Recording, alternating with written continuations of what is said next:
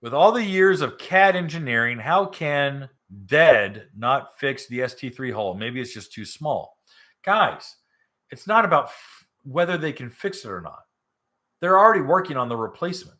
Do you know that it's $2 million to make a hull?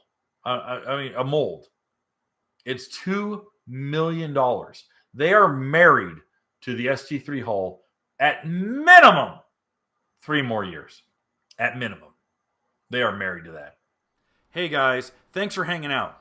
This clip was taken from our weekly podcast that we record here every Sunday night at 8 p.m. Eastern Standard Time.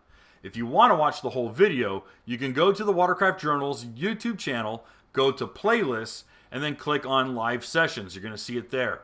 Otherwise, go ahead and leave a like, a comment, and definitely subscribe to the channel. It helps us grow. And again, thanks again for watching our videos, and we hope to see you soon.